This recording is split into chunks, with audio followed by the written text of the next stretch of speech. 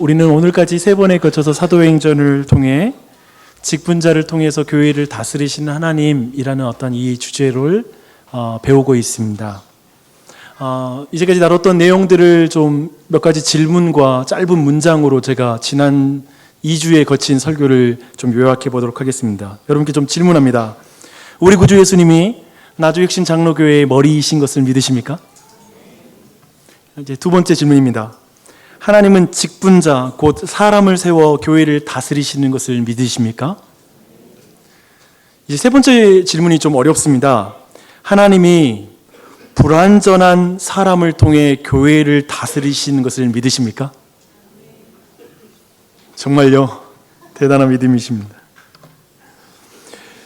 제가 첫 주 그리고 둘째 주, 특별히 첫째 주에서 한 문장으로 요약한다면 하나님은 좀 더 정확히 말하면 불완전한 사람을 통해 교회를 통치하시는 완전한 하나님.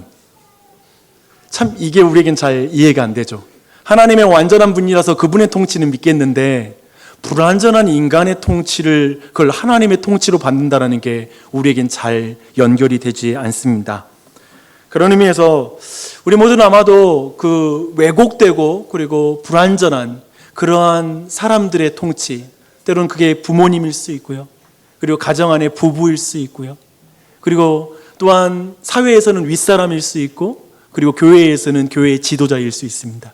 그런 왜곡되고 그리고 그 불완전한 통치를 경험해서 상처를 경험한 그런 경험이 있다라면 아마 오늘날에 이렇게 교회를 찾는데 이렇게 오랜 시간이 걸리는 것, 교회를 이렇게 찾을 때도 이 교회 저기에 다 돌아다니지만 선뜻 교회에 속할 용기가 나지 않는 그런 이유들은 아마도 그런 잘못된 왜곡된 그런 권위들의 사용들, 그 가운데 남용 가운데 받은 상처들과 어려움들이 바로 그런 이유가 되지 않을까 싶습니다. 이게 아마 첫째 주에 우리가 다뤘던 내용이었습니다. 이 불완전한 사람을 통하여 교회를 다스리시는 완전한 하나님, 이 부분이죠. 이거 어떻게 이해해야 될까요? 그리고 우리는 지난주에 우리가 배웠던 내용은 뭐냐면 하나님은 불완전하고 연약한 사람들을 교회에 불러 그들에게 은사를 주시고 직분을 주시고 서로 섬김을 통하여 교회를 세우시는 하나님. 이게 지난주에 우리가 다뤘던 내용입니다. 그렇죠. 불완전한 인생들이 모여 있으니 스스로가 자신을 완전하다고 생각지 않고 하나님이 주신 은사에 따라 자기의 분량대로 자기의 주어진 것들에 충성을 다하며 서로 협력하여 교회를 이루는 것, 우리 안에 이해되는 대목입니다. 그래서 이 모든 내용들을 우리가 요약한다면 불완전한 사람을 통해 교회를 다스리신 하나님은 불완전한 사람들이 서로 협력하여 완전하신 하나님의 통치를 드러내는 것, 그게 바로 교회입니다. 너무 복잡한가요? 완전하신 하나님이 불완전한 인생들을 불러서 서로 협력하여 선을 이루어 완전하신 하나님을 드러내게 만든 것이 교회입니다. 교회를 잘 보면 연약한 인생들 투성이가 다 모였습니다. 근데 그 약한 자를 통해서 강하신 예수님이 드러난단 말입니다. 내 가정, 배우자가 완벽한 사람은 아니죠. 문제투성이이죠. 그리고 교회에서도 지도자가 완전한 사람이 아니겠죠. 그리고 어떠한 조직에서도 완전한 지도자가 없을 수 있죠. 하지만 그 연약한 인생들이 서로를 의지하며 예수 그리스도의 능력을 의지하며 그분의 능력을 구하며 그분의 능력 가운데 교회에 하나님의 능력이 드러나게 하는 것, 하나님의 하나 되심을 드러나게 하는 것, 그게 바로 교회입니다. 제가 이것을 어떻게 좀 더 잘 설명할 수 있을까 싶어서 요즘 상영하고 있는 한 드라마, 방영하고 있는 드라마 이야기를 좀 하겠습니다. 청일전자 미쓰리라는 드라마가 있습니다. 어느 날 사장님이 청일전자를 떠났습니다. 회사가 빚더미에 나앉자 눈치 빠른 사람들이 다 떠나고 남은 사람들은 어쩌면 경쟁에서 떨어지는 사람들만 이제 회사에 남은 거예요. 이 난리통에 말단 격리 직원 미쓰리가 회사의 사장이 됩니다. 드라마죠. 그렇죠? 근데 왜 그러냐면 모든 사람이 책임지기 싫어서 제일 만만한 미쓰리를 사장으로 앉혀놓은 것입니다. 그런데 이 해맑은 그리고 천방지축인 이 미쓰리가 회사를 살려보겠다고 정말 여기저기를 뛰면서 열심히 노력합니다. 그리고 그 미쓰리의 모습을 보면서 많은 사람들이 깨어나기 시작합니다. 현실이라는 높은 벽, 어쩌면 자기 자신이라는 높은 벽이 무너지고, 그리고 그 높은 벽 앞에서 무너지고 깨지고 그리고 부서진 사람들이 열등감과 실패감, 그 좌절감과 거절감들로부터 치유되어서 이제 그 회사를 살려가는 모습, 그게 이 드라마의 대강의 줄거리입니다. 근데 점점 미쓰리의 리더십에 사람들이 점점 빨려 들어가면서 사람들의 각자마다의 최대의 역량이 나오기 시작하는 거예요. 그러면서 사람들이 미쓰리의 리더십을 주목하기 시작합니다. 그리고 미쓰리의 리더십의 비결이 뭔지를 물어보죠. 그러니까 미쓰리가 이렇게 대답을 해요. 제가 할 줄 아는 게 없으니까요. 저는 이 문장이 너무 와닿았습니다. 제가 할 줄 아는 게 없으니까요 라는 말. 드라마이지만 불완전한 사람에게 직분을 주어 교회를 다스리시는 하나님, 그분에 대해서 조금의 힌트를 주는 그런 드라마의 내용이 아닌가 싶습니다. 모든 것을 다 할 줄 아는 영웅적인 사람이 교회를 세우는 것일까요? 그랬던 것일까요? 결점이 거의 보이지 않는 탁월한 지도자가 건강한 교회, 그리고 어떤 완전한 교회를 세울 수 있는 것일까요? 아니요.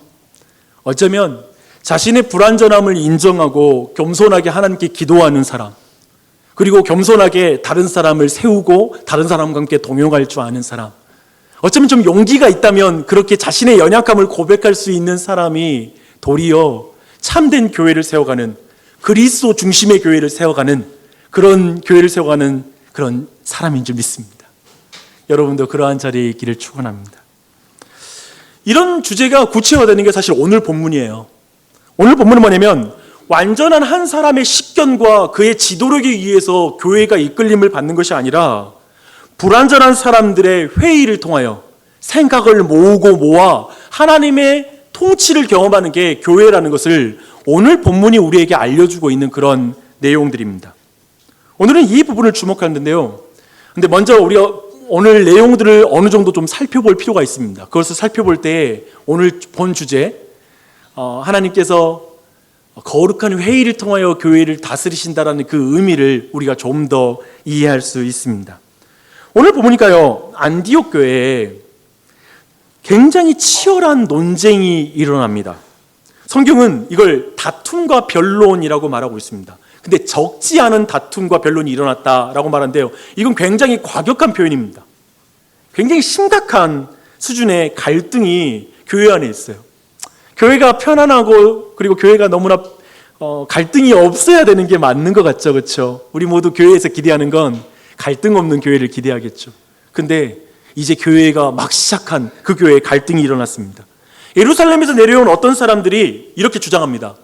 모세의 법대로 할례를 받지 않으면 능히 구원을 받지 못하리라 라고 이렇게 주장을 합니다. 바울과 바나바가 이제 그들과 논쟁을 하죠. 큰 다툼으로 이것이 번집니다.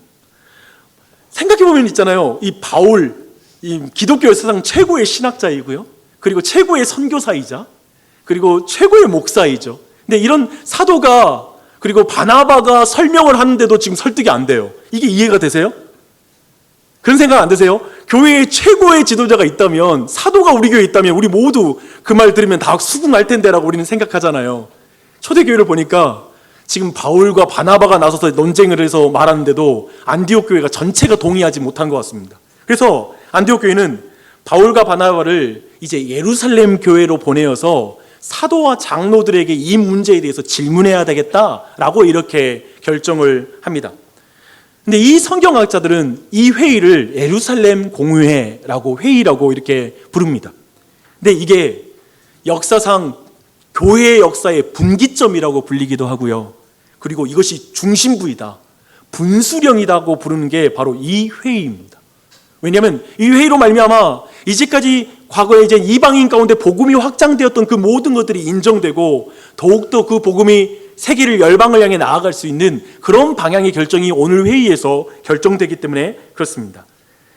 근데 우리 편에서는 사실 지금 2000년이 지나고 지금 한국 땅에 있는 우리 편에서는 이 회의에 무엇이 그리 중요한디, 도대체 뭐가 중요해서 이게 기독교 교회 역사의 분수령이고 분기점이고 뭐 이런 내용인지 우리 안에 잘 느껴지지가 않습니다. 간단하게 설명하면 이렇습니다.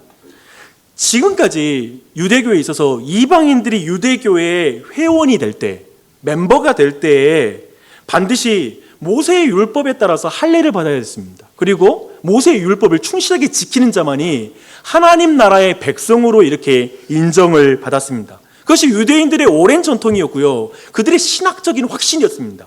성경에 대한 확신이었어요.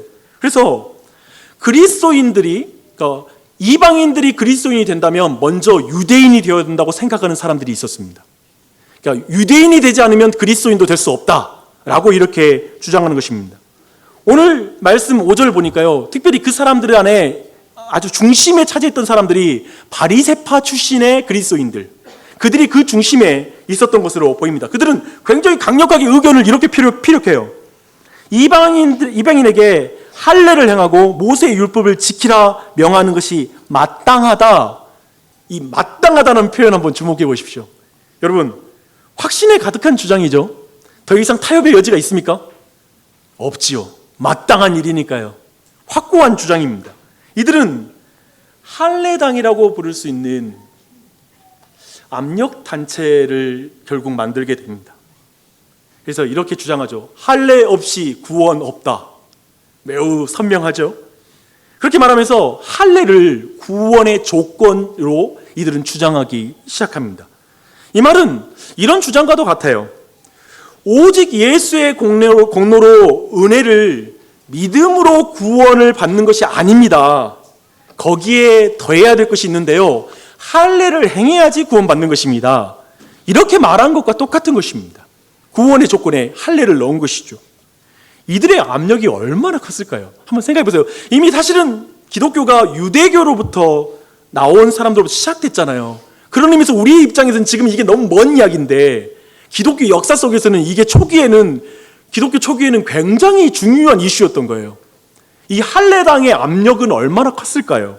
심지어 사도 베드로도 행동을 달리한 일이 있습니다. 갈라디아서 2장 11절로 14절에 그 내용이 나오는데요, 베드로가 오늘 본문에 나오는 안디옥 교회에 간 적이 있어요. 근데 안디옥 교회에서 이방인들과 함께 식사를 하고 있는데, 그때 유대에서 온 사람들, 즉 할례에 대해서 강조하는 사람들이 그 자리에 온 거예요. 그러자 갑자기 베드로가 안면을 싹 바꾸고 그들과 함께 식사하는 자리에서 멀리 떨어집니다. 즉 유대인에게 있어서는 심지어 그 당시 유대의 배경 그리스도인들도 이방인 그리스도인들과는 함께 섞여서 밥 먹지 않았던 거예요. 그런 모습이 있었다는 걸 우리가 알 수가 있어요. 쉽게 말하면 베드로는 이 가운데 위선을 행하는 것입니다. 그뿐만 아니라 옆에 있었던 바나바까지도 동일하게 이 위선 가운데 빠져들었다라고 성경은 말하고 있습니다. 봐봐요. 지금 이 장소가 어디죠? 이방인 회심자들이 주도하고 있는 안디옥이에요. 안디옥 교회예요. 쉽게 말하면 이건 이방인들의 홈그라운드잖아요. 근데 거기에 있는데, 거기에 지금 할례당이 오자 그 위대한 베드로 사도와 그리고 바나바까지도 이 가운데 그 압력을 느끼면서 굴복할 정도로 이 이슈가 굉장히 강한 거란 거예요. 그렇죠? 근데 오늘 회의는 어디에서 있습니까? 이것이 굉장히 중요해요. 예루살렘이에요. 지금 예루살렘은 그러면 뭐죠? 할례당의 홈그라운드죠. 그렇죠? 기독교 역사에서 교회 회의의 장소는 굉장히 중요했어요. 왜냐하면 그 당시에 교통이 어려운 상황에서 어느 장소에서 하느냐에 따라서 어떤 주장들, 그런 자기 그 지역 중심으로 중요하게 결정이 날 수 있기 때문에 이쪽에서 회의를 유치하는 게 굉장히 중요했죠. 이해되시죠? 그런 면에서 볼 때 이제 오늘 성경의 본문을 보면 이 할례당에 의해서 그 자리에 많은 변론이 있었다라고 이렇게 말하고 있습니다.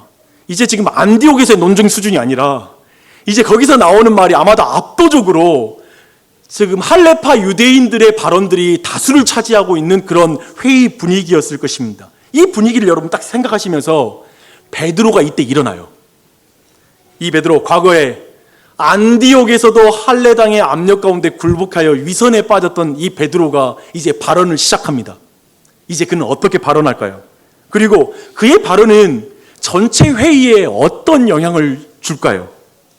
사도 베드로는 이제 사도행전 10장에서 있었던 이방인 고넬료의 회심을 연상시키면서 이야기를 진행해 갑니다. 7절을 한번 보십시오. 하나님은 이방인 고넬료에게 복음을 전하기 위해 베드로를 택하셨습니다. 하나님이 나를 이방인에게 복음을 전하게 택했다는 사실을 먼저 고백해요. 하나님은 환상을 통해 고넬료에게 나타나서 베드로에게 사람을 보내라고 명령을 하고요. 베드로에게는 또 환상 가운데 나타나서 고넬료가 보낸 사람들을 따라가 고넬료의 집으로 가라고 또 명령을 내립니다. 이 환상과 이런 모든 인도함의 강조는 뭐죠? 철저하게 이 이방인과 관련된 이 일은 하나님께서 택하고 하나님께서 주도하는 일이라는 걸 알려주는 거예요. 사람이 계획한 게 아니잖아요. 그렇죠? 이제 세를 불려야 되겠다. 그러니까 이방인으로 나가자. 이런 결정이 아니라 하나님께서 이방인에게 가서 복음을 전하게 한 것입니다. 이렇게 해서 복음이 고넬료 가정에 전달되게 됩니다. 복음이 증거된 그 결과는 뭐죠? 그 결과는 할레파 유대인들이, 그리스도인들이 부인할 수 없는 결과를 가져옵니다. 그건 뭐냐면 성령님이 고넬료의 가정에 임하시는 것입니다. 이건 굉장한 의미예요. 고넬료 가정에 임한 성령님이 증거가 돼요. 왜냐하면 거룩한 성령께서 그 가정에 임하셨다는 의미는 뭡니까? 그 뭐냐면 그 가정이 깨끗하게 되었다는 거예요. 왜냐하면 성령님께서는 거룩한 분이셔서 깨끗한 곳, 죄가 없는 곳에 임하시기 때문에 그렇습니다. 그래서 지금 고넬료 가정은 그 마음이 오직 예수님의 보혈을 믿음으로 깨끗하게 된 것입니다. 할례를 행하거나 모세의 율법을 지키지 않았음에도 믿음으로 그 마음이 깨끗해진 거예요. 이걸 지금 사도 베드로가 설명하고 있습니다. 그렇지 않았느냐? 할례를 했거나 그리고 어떤 율법을 지켜서가 아니라 예수 그리스도의 은혜로 너희들의 마음이 깨끗해지지 않았고 거기에 성령님이 임하지 않았느냐라고 말합니다. 베드로는 이렇게 주장하는 거예요. 오직 예수, 오직 은혜, 오직 믿음으로 유대인이나 헬라인이라 차별이 없는 구원을 얻었습니다. 그렇지 않습니까? 라고 이렇게 말합니다. 그렇게 베드로에게 지금 할례당이 할례 없이 구원 없다, 유대인이 되지 않고 그리스도인이 될 수 없다라는 이 주장은 하나님을 시험하게 하는 행위라고 고발합니다. 여기서 하나님을 시험한다라는 것은 하나님이 금한 것이거든요. 하나님을 향한 도전이거든요. 그렇게 강력하게 그렇게 비판합니다. 동시에 이 주장은 자신들도 지지 못하는 멍에, 즉 뭐냐면 율법을 행하여서 구원을 얻지 못하잖아요. 자신들도 지지 못했잖아요. 그 지지 못한 멍에를 이방인 그리스도인에게는 지우는 것입니다. 할례당 사람들은 자신의 행위로 깨끗해진 적이 있습니까? 그 사람들은 할례를 행해서 깨끗해진 적이 있습니까? 그들도 오직 예수 그리스도의 은혜로, 오직 믿음으로, 오직 주님의 공로로 그들이 구원을 얻은 것 아니겠습니까? 베드로의 이 발언은 예루살렘 회의에 참여한 모든 사람들에게 복음을 주목하게 만듭니다. 지금 사실은 서로의 차이를 막 강조하고 있잖아요. 저들은 어려서부터 모세의 율법을 몰라. 저들은 할례를 받지 않았어. 어떤 육체적인 표식, 이런 차이가 막 강조되면서 회의 분위기가 지금 험악하잖아요. 그 분위기 속에서 베드로의 이 말은 뭐냐면 오직 예수, 오직 은혜, 오직 믿음으로 구원 받습니다 라고 오직 복음으로 모든 사람의 초점을 가져가는 거예요. 이것이 이 첫 회의의 아름다움입니다. 베드로의 외침을 갈라디아서에서 사도 바울은 이런 식으로 표현합니다. 내가 너희에게서 다만 이것을 알려하노니 너희가 성령을 받은 것이 율법의 행위로냐 혹은 듣고 믿음으로냐. 그렇죠. 듣고 믿음으로 성령이 임했죠. 그래서 믿음의 반대말이 뭘까요? 믿음의 반대말은 불신이 아니라 행위입니다. 은혜의 반대말은 뭘까요? 자신의 공로를 자랑하는 것입니다. 그렇죠? 생각해 보십시오. 그 수십억 원의 가치를 가진 렘브란트의 그림이 딱 있어요. 근데 여러분이 옆에서 보니까 박용주 목사가 유럽 여행을 갔는데 갑자기 그 앞으로 막 가는 거예요. 그러더니만 이 렘브란트 작품으로는 뭔가 부족해. 내가 그 위에 좀 덧칠을 해줘서 이 작품을 좀 온전하게 만들어줘야 되겠어 하면서 갑자기 볼펜을 꺼내들지만 막 얼굴에다 뭘 그리기 시작하는 거예요. 여러분 상상이 되세요? 정말 깜짝 놀라면서 말리겠죠. 그러면 안 되죠. 거장의 작품에 비전문가인 저의 의견을 더하는 것이 오히려 작품을 망치는 것이죠. 그렇지 않아요? 하물며 예수 그리스도께서 완전하게 이루신 구원에 내가 거기에 뭔가 부족하다고 생각하고 할례를 더하고 율법 지키는 걸 더하고 뭔가를 더하는 것은 바로 복음을 흐리는 것이죠. 복음을 훼손시키는 것이 되는 것입니다. 그래서 베드로는 선명하게 11절에서 결론을 이렇게 내요. 우리는 그들이 우리와 동일하게 주 예수의 은혜로 구원받은 줄을 믿노라. 아멘. 그것이죠. 베드로의 가르침은 이런 주장입니다. 하나님은 유대인들과 이방인들 간에 아무런 차별을 두지 아니하시고 둘 다 믿음을 통하여 은혜로 구원하시지 않았습니까? 그런데 왜 이방인들에게 차별하려고 합니까? 은혜와 믿음은 저 이방인과 우리를 평등하게 만들어 형제로 교제하게 만드는데 왜 유대인들은 이방인들보다 높은 척하려고 합니까?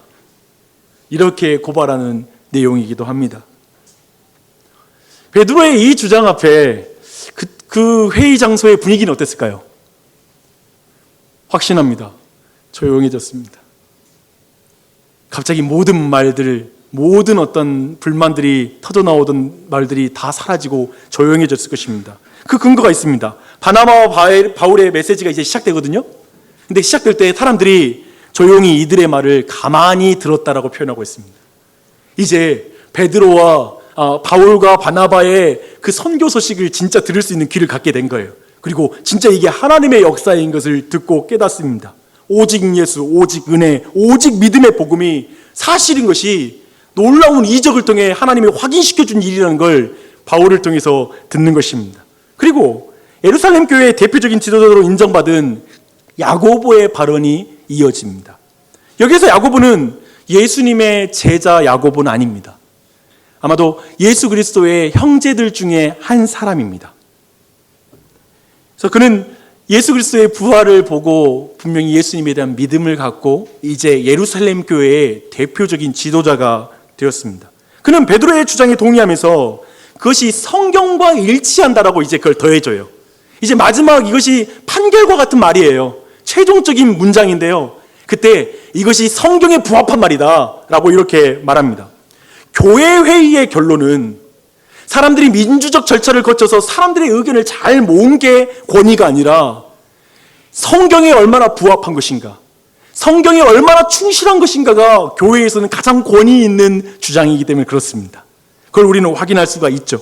야고보는 아모스 9장 11절로 12절을 인용하므로 오직 예수의 이름으로 사람들이 구원받는 거다 라는 것을 베드로와 바울과 그리고 바나바와 완전히 일치된 견해를 내놓습니다. 사실 갈라디아서 아까 봤던 말씀 있잖아요. 그때 할례당들이 뭐라고 말하냐면 나 야고보가 보내서 왔어 라고 말하거든요. 실제로 야고보가 보내서 왔는지 그걸 칭하면서 스스로의 권위를 자랑하려고 그렇게 말했는지 모르겠지만 야고보는 쉽게 말하면 모든 히브리파 그리스도인들의 수장격인 거예요. 예루살렘 교회의 수장이잖아요. 근데 그는 자신을 지지해주고 자신을 격려해준 그런 사람이 중요한 게 아니라 하나님의 말씀에 뭐가 부합한 게 중요한 거예요. 하나님의 말씀에 지금 바울과 베드로와 그리고 바나바의 말이 성경에 부합하니까 이것이 하나님 뜻이다 라고 이렇게 말하는 것이죠. 이게 교회 회의예요. 이것이 교회에서 결정하는 내용들입니다. 그리고 이제 이 말에 그 자리에 있던 그 할례당 그리스도인들 포함해서 그 사람들은 여기에 어떻게 반응했을까요? 그 답이 22절에 나오거든요. 또 그 아래 야고보의 결정을 만장일치로 결의를 해요. 모두가 거기에 동의해요. 그리고 그 결정을 안디옥 교회에 알려요. 근데 30절과 31절을 한번 여러분 읽겠습니다. 그들이 작별하고 안디옥에 내려가 무리를 모은 후에 편지를 전하니 읽고 그 위로한 말을 기뻐하더라. 그거 아세요? 교회 회의의 결과가 신자들에게 위로가 돼요. 오직 예수, 오직 은혜, 오직 믿음을 드러낸 결정, 복음에 충실한 교회 회의의 결정이 교회에 기쁨을 가져와요. 이것을 여러분이 주목했으면 좋겠습니다. 저에게 예루살렘 회의의 이 결과, 모든 이방인 교회에게 위로의 말이 되었고 기쁨의 결정이었다라는 게 저는 이번에 너무나 말씀을 보는데 새롭게 와닿더라고요. 우리는 이런 말 보셨을 거예요. 회의를 많이 하면 회의에 빠진다. 회의는 짧은 것이 좋다. 우리는 아마도 대부분이 불필요한 회의들, 그리고 뭔가 효율적이지 못한 회의에 여러분이 많이 노출되었을수록 아마 회의에 대한 부정적인 마음, 회의에 대해 좀 지친 마음들이 있는 사람들이 있을 것입니다. 그런데 그런 사람들에게 예루살렘 회의가 위로의 말과 기쁨을 줬다는 말이 너무 신선하지 않아요? 어떻게 교회의 회의가 온 교회, 다른 교회에도 기쁨을 주고 그 결정이 그 안에 어떤 그 위로가 됐을까? 이것이 참 우리에게는 귀하게 와닿습니다. 사실 우리는 그거 알죠. 한국 교회가 아무리 어둡고 힘들어져요, 오늘날 하나님 뜻을 잘 받들어서 아름다운 결정을 하는 목회자와 교회들 보면 그렇게 위로가 되지 않으세요? 그렇죠? 참 하나님 앞에 멋진 결정을 했구나. 그게 사실은 오늘날 어쩌면 회의와 이런 많은 나쁜 결정들에 정말 지치고 상처를 받은 사람에겐 위로가 되고요, 기쁨을 가져다 줍니다. 오늘 말씀이 그랬다는 것입니다. 주님의 교회 회의는 결국 교회를 위로하고 교회에게 큰 기쁨을 줘야 된다는 게, 그게 목적이라는 게 저는 굉장한 소망이 되었습니다. 여러분 또한 그런 교회에 속하고 그런 교회 회의를 하고 싶지 않으십니까? 모임을 하고 나서 그 결정이 모든 교회의 기쁨이 되는 거예요. 모든 사람에게 그리고 위로가 되는 거예요. 참 이렇게 신중하게 생각해줘서 고맙다. 이런 결정을 이렇게 충분히 듣고 들으면서 이렇게 결정을 내주는 게 참으로 고맙다. 그래도 그런 과정 가운데 그런 위로를 받는 것이죠. 그러면 참 좋겠습니다. 하지만 박 목사를 비롯해서 얼마나 제가 부족한지 모릅니다. 교회를 하고 회의를 진행하고 수없이 하면서 많은 부족함을 저 또한도 느낍니다. 그러나 우리 안에 이것을 소망을 두는 건 중요한 것 같아요. 교회 회의의 결정으로 온 교회를 위로하고 그리고 기쁨을 주는 결정을 내리는 그 방향이 우리의 목적이라고 생각하는 게 얼마나 귀한지 모르겠습니다. 그렇기 때문에 이러한 회의로 나아가는 오늘 본문에 나타난 성경적인 교회 회의의 어떤 그 원리, 그리고 그 확신들을 여러분이 주목할 필요가 있어요. 저는 여러분과 함께 첫 번째 확신을 나누고 싶어요. 첫 번째 확신은 이것입니다. 여러분 한번 따라해 보실래요? 한 사람보다 회의를 통해 하나님의 뜻을 더욱 분명히 확신할 수 있다. 오늘 본문에서 말하고 있는데 여러분 좀 독특한 특징을 보지 않으세요? 말씀의 제목, 사실 오늘 본문 말씀이 거룩한 회의를 통해 하나님이 다스리시는 교회인데 오늘 이 확신과 관련된 설교 제목입니다. 오늘 본문만 보십시오. 생각해보면 이렇게 하나님 뜻을 묻고 가면 되지 않을까요? 온 교인들이 함께 모이는 거예요. 그래서 1시간 동안 기도를 하는 거예요. 그리고 나서 사람들 이야기를 들어보니까 의견이 나누어져. 그래서 다시 1시간 또 기도하는 거예요. 그러니까 한 5시간 정도 기도를 하고 나니까 갑자기 한 사람의 의견만 남는 거예요. 기도를 더 이상 못하겠다 하든지 어떻게든지 해서 이렇게 하나의 의견을 남는 방식으로 하나님의 뜻을 쫓으면 안 될까요? 이것이 아니면 대표인 야고보의 의견만 딱 듣는 거예요. 다른 사람 의견 들을 필요 있어요. 야고보의 의견만 딱 들으면 회의 시간 짧고 빨리 끝나잖아요. 그렇게 진행되면 좋지 않을까 이런 생각이 듭니다. 어쩌면 회의라고 말하는 게 우리에게 너무 인간적인 방식으로 와닿습니다. 도리어 기도 열심히 해서 하나님 뜻을 바로 받는 게 더 중요하지 않을까? 그렇게 교회가 인도함 받는 게 맞지 않을까라고 생각하죠. 그래서 한 사람이 이렇게 말하는 거죠. 제가 정말 이 문제를 두고 기도를 5시간 동안 했습니다. 여기 5시간 기도한 사람 있으면 나와 보십시오. 하나님께서 그리고 이 5시간 기도하고 신비하게 정신이 몽롱할 때 하나님이 제게 이런 확신을 주셨습니다. 그러니 제 이 결정에 하나님 뜻인 줄 믿고 그대로 하나님 뜻으로 따라갔으면 좋겠습니다. 이렇게 주장하면 여러분은 어떻게 받아들이겠습니까? 근데 문제는 뭐냐면 이렇게 기도한 사람이 2사람이 있는 거예요. 그래서 각자 다른 뜻을 받은 거예요. 복잡하지요. 즉 주관적으로 사람에 따라서 하나님 뜻 받았다라고 주장하는 게 교회 안에서 그걸 하나님 뜻이라고 주장하는 것은 굉장히 어렵습니다. 당연히 그렇기 때문에 초대교회 때부터 이렇게 함께 모여서 회의하고 그 과정 속에 하나님의 뜻을 인도함 받는 확신, 한 사람의 결정보다 여러 사람이 함께 모였을 때 더욱 온전히 하나님의 뜻을 받들 수 있다는 게 바로 성경적인 회의에 대한 믿음인 것입니다. 이 회의를 오늘 보여주고 있는 것이죠. 근데 교회 회의에는 한두 사람이 아니라 회의에 참여한 그런 의미에서 모든 사람의 의견이 잘 나눠질 필요가 있습니다. 회의에서 의견이 나눠지지 않는다면 모일 이유가 없겠죠. 또 회의에서 자기 의견만 주장하게 된다면 모이기가 싫을 것입니다. 그렇죠? 회의 때문에 회의에 빠지지 않기 위해 가장 중요한 것은 교회 회의는 하나님의 뜻을 구하는 회의라는 것입니다. 그래서 막 교회 회의에 참여하는 사람들은 하나님 뜻이 이루어지면 돼. 의견이 없겠어요? 우리 모두가 하나님 뜻이라고 생각하는 가장 좋은 의견이 각자마다 있어요. 그 의견을 가지고 그 안에 들어가요. 근데 내 의견이 하나님 뜻은 아닌 거예요. 그 회의에서 충분히 이야기를 나누면서 가장 성경적이고 그리고 가장 우리가 볼 때 하나님의 역사라고 보이는 방식, 그 방식들을 충분히 이야기 나누면서 한 사람은 그 모든 걸 나누기 힘들잖아요. 오늘 본문도 3사람이 바울과 바나바 그리고 야고보, 베드로 이렇게 나누니까 내용이 풍성해지잖아요. 그리고 그 내용이 하나하나 확인되자 저 할레파 유대다 그 그리스도인들도 거기 만장일치로 동의하는 거예요. 회의는 그런 유익이 있어요. 모두의 의견이 하나님의 뜻이 이루어지는 것에 대한 관심, 그 관심이 있을 때 교회의 회의는 분열을 만드는 씨앗이 아니라 교회의 회의는 하나 되게 하여서 하나님을 쫓게 만드는 것이죠. 근데 이게 너무 어렵더라고요. 목사인 나도 내 뜻을 가지고 내 뜻이 관철되면 좋겠어요. 왜 제게도 그런 게 없겠습니까? 제가 생각할 땐 여러 가지 고려할 때는 이게 최고로 좋은데? 라는 생각이 제 안의 고집들도 있더라고요. 그게 없을 수는 없어요. 근데 또 기도하고 고민하고 하면 이게 그렇게까지 중요한 문제인가? 이것도 이런 여러 의견 속에 또 하나님 뜻이 이루어지지 않을까? 이런 생각이 들어요.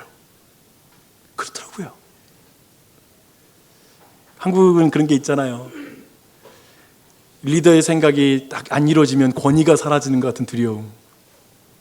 자꾸 잘못된 판단을 많이 하면 존경을 안 해줄 것 같은 그런 두려움. 그것 때문에 솔직하게 도움을 요청을 못할 때가 많잖아요. 여러분 직장 생활에 그렇지 않으세요?